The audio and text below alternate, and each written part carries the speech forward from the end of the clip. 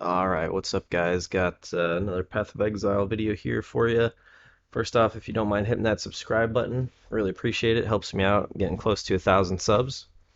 And so with that out of the way, let's take a look here. This is my roughly my current build in Ancestor League Hardcore, patch 3.22. So I am currently in Act 6. I was going to play some more today, hopefully finish the campaign, and then we'll start doing some mapping. And so as you can see here, my build, there's really not much, I haven't really taken any damage nodes other than this basically, just to get the ignite chance. And then this fire mastery here, where critical strikes do not ignite, but you do 100% increased damage with hits against ignited enemies. And that's just like a couple point investment for really a huge damage increase. And then with the passive for the ascendancy here, this level 20 Tawa was chosen when you attack with a slam or strike skill near an enemy. Basically what it does is it summons like a shadow clone guy of you that will duplicate your attack. So effectively, it's doubling your damage output more or less. In some situations, more than double, and others, not quite double. But it's a huge damage increase. And so this build mostly, has a lot of strength right now, just because strength gives you more life, a little more physical damage. And then I've taken these two nodes just so that I can continue to level up my gems and equip gear without any issue really. So you can see this, it's hardcore. So I forgot to. So yeah, I have those. So I went through with this path here just for the life and the defense because we're playing hardcore. This is a really good, one small investment to get a pretty decent chunk of damage from that node. Going through here for the all resist, getting 25 all resist through here, and some more life regen, which the life regen is really making this build very tanky. I think I forgot to put one of the life. I have one of these life ascendant. Let's see. There's a regen node that I took. It might have been this. Anyways, I have a regenerate 50 life per second node. I think it might be that node. I can't swear to it. But basically, same number of points. But that 50 life base life regen per second, that's huge early on in the game, especially when you only have less than 1,000 hit points. Plus, with all the other regen, it really stacks up.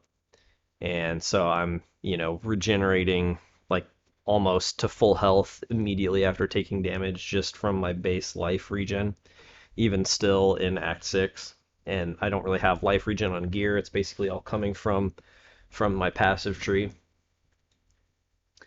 Um, so yeah, went through here, went through this, picked up the 30% reduced damage from critical strikes because typically in hardcore, if you die from critical strikes because it just hits you so hard that, especially if it's physical damage, your armor becomes almost useless, and doesn't really do anything to block the damage. And then I took this path. I picked this up just so that I can generate frenzy charges pretty much, full uptime on not frenzy on endurance charges just from this node. I haven't played in a while, so this used to really only be something you can get if you pick the Juggernaut Ascendancy. So having this in the passive tree for available to any class that picks up this node is pretty significant in terms of buffing or just kind of leveling the playing field a little bit. And then I picked these up in this, like I said, went down here, got some more life, picked up these nodes here. So +1 to minimum endurance charges, that's kind of an interesting and neat buff. Plus, this just makes all my endurance charges stronger. I started to pick up. I think this is kind of what I'm thinking for the next, few levels is getting this endurance charge. I started coming up here. I'm going to pick up, I believe I already picked up this endurance charge. And then I started making my way over to this path, possibly picking these up if I need them for leveling stats. Most likely we'll be picking up these here. Most notably, I think this one's the most important. So I may only put 2 points into this. Down here on this fire node, I definitely want Lava Lash. I'll probably pick up Concussive Force, and may or may not pick this up. It's just, it's not that often that you stand still in Path of Exile for 2 seconds. Plus, I have a War Cry that covers enemies in Ash. Most likely, I'm going to pick up a convert 40% physical damage to fire to have 100% conversion on my Tectonic Slam. I'm also running Hatred, just since I don't have to pick up Avatar of Fire to get 100% conversion on my Tectonic Slam, which is my main attack skill. I don't want to get Avatar of Fire because then that will nerf all my other damage. So I've got Hatred. That's, like another 25-30% physical damage just added onto the top. It's not going to scale off of some of these nodes, but it's still extra damage right now. I don't necessarily plan to keep it like through later on in the game. I'll probably switch it out and I'll start using Purity of Fire once I pick up these nodes here, which will, like this one. My plan is to most likely get this in Act 7, or once I do the Cruel Labyrinth, and then this is what I'll do after I do the Merciless Labyrinth, and then I'll start running Purity of Fire, and then that's going to make my gearing, like when I start getting end game gear, I'm not really going to need to pick up too much resists from gear, and then assuming my character survives long enough to where I can do, get the final 2 points. This I think will be strong because it's just going to give me extra, max resists. And I've been thinking about coming over here, picking up some of these. One thing that I'm curious on is when I pick up like a +2 max all resist, and I have this, is that going to give me +2 to max fire resist, +2 to cold and lightning, and then plus, the plus another 2 to cold and lightning because of how this works. Like, is it going to make this give me 2 fire and then 4 max to the other ones? I'm not 100% sure. I guess I have to test it. I haven't looked to see, if anyone else has tested it or not. As far as getting some more skills, like, I got another 20 points probably that, I can assign pretty easily. And that'll put me like in level 70s or 80s. Not 100% sure like what route I want to take. These are the stats right here that we're sitting at with what I have right now. And it's always hard to tell in hardcore if you need more life or more survivability. I do plan on getting. I think I got the 50 max life. I'm also planning on getting the 10% additional life when you have 6 masteries allocated. I'm not sure what other couple masteries I'll pick up, but I think I'll have close to 6 basically when I get that. Not sure if I want to travel up here at all, or one. There's some really strong. So like when you're doing a conversion build, it's really strong to scale your elemental damage off of your physical damage. And just typically because the phys damage nodes a lot of times are a little bigger than some of just like the straight elemental nodes. So there is, let's see, there's a really good two-hand node right here. So like picking this up would be a lot of damage for not very many points. And then I think it's like, really a given that 40% increased damage with hits against rare and unique enemies is going to be really strong. I'm also thinking about getting I don't really care about reducing my attack speed by 10% too much because it'll just help me one shot everything, which is kind of like the point of the build. So I may get that. There's another, I think, two-hand damage node like in the area. Um, it's not that one. It might be one of the ones down here. It might be Wrecking Ball. Yeah, I think it was Wrecking Ball. So, a little extra attack speed, and then we could pick this up if we want. Um, that's this side I don't think is really beneficial too much necessary. I could get this like if I need extra resist. Um, I could pick up a little bit more life here. I could try and come up here, get this, and mana flows. I just don't know if I need it, or if it'll really be beneficial. So I mean, right now we're sitting at like about a level 70 build, and if I do end up using hammers, um, most likely I will pick up these hammer nodes here. Just big damage. There's a 12% chance to deal double damage if the attack takes longer than 1 second, which mine do. So that might be worth it. I mean, 12% to get like just a massive hit, and if that ignites, that's going to be a lot of damage. Uh, if I were really to go up here, I would probably want to pick up like the 60 reduced reflected elemental damage. I don't know like at what point I'll need that. Like I don't want to one shot myself. Like 50% increased elemental damage, that would be good. 5% of physical damage is extra fire and fire penetration. Like a 15% extra chance to ignite. So there's some good stuff right here. It would put me, where I could get an extra endurance charge. I don't really make consecrated ground, but still an extra 10% max life. That's good. This is always really good just for the chaos resist, because that's kind of a hard stat to come by. And that's kind of where the build's at right now.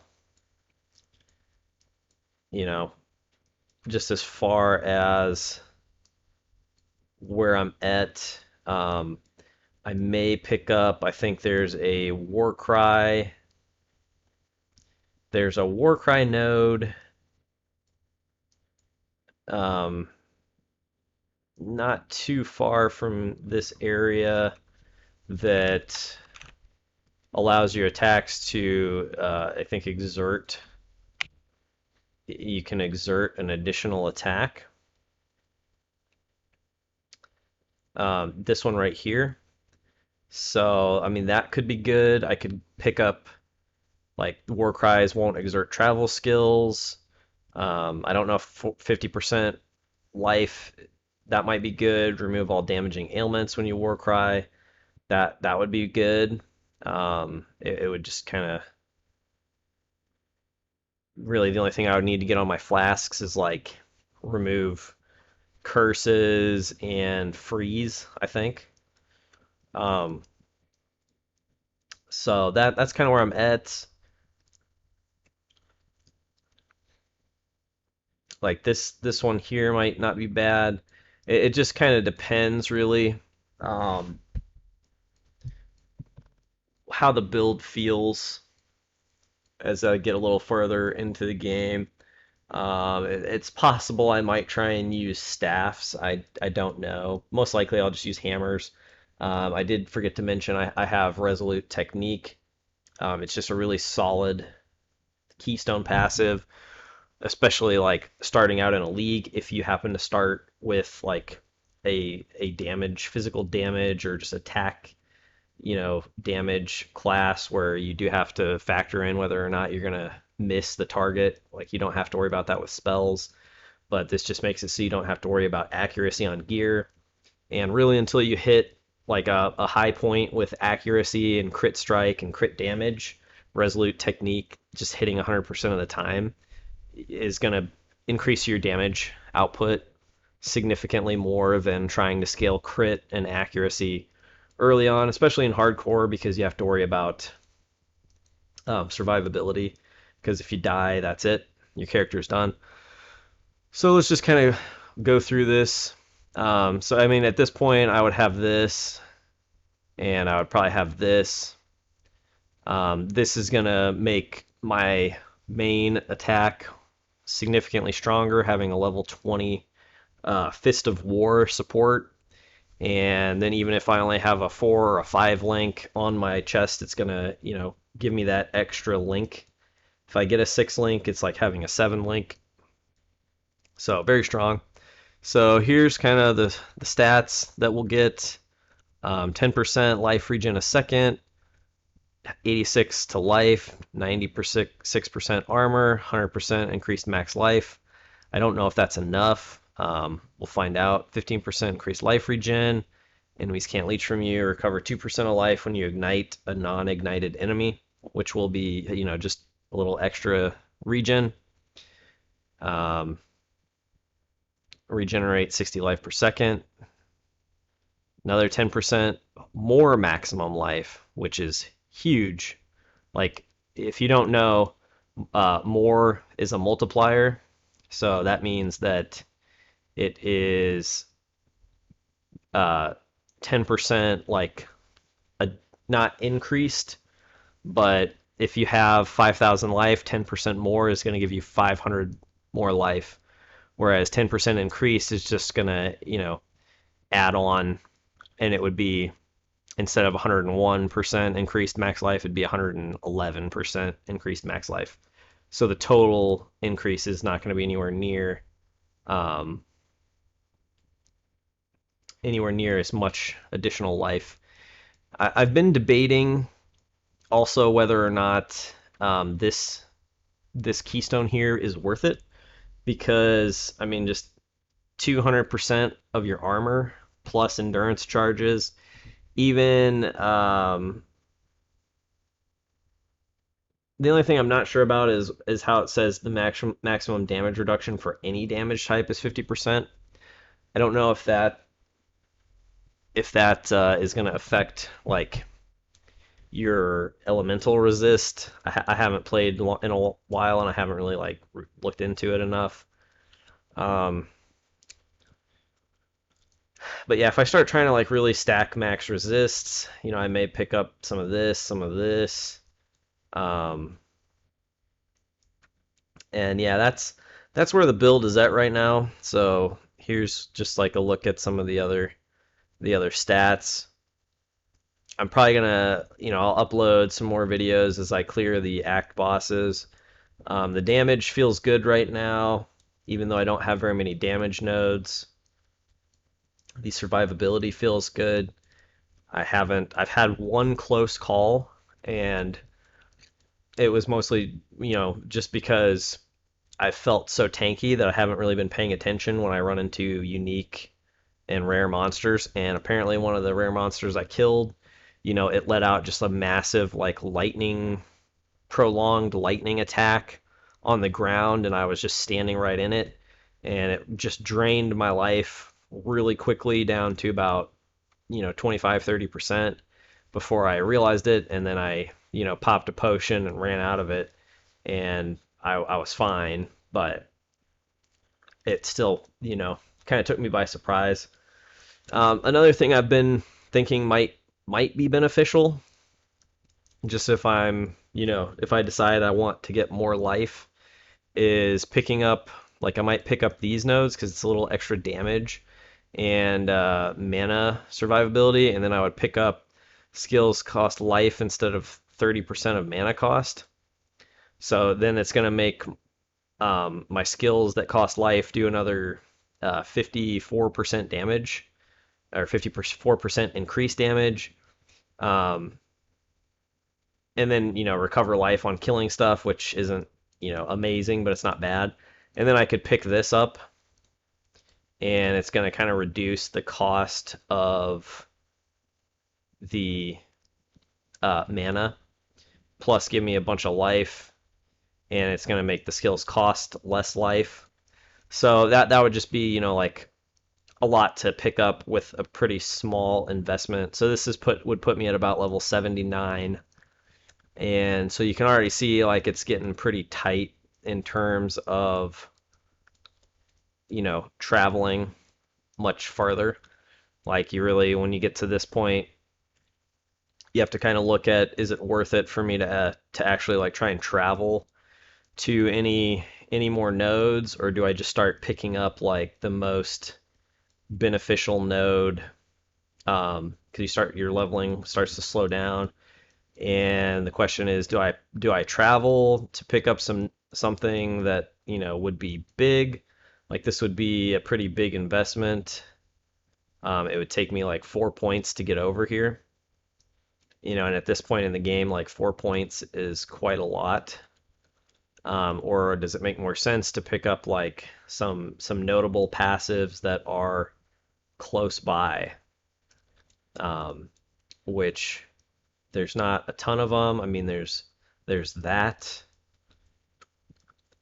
There would be this, which is probably in my opinion not really worth it.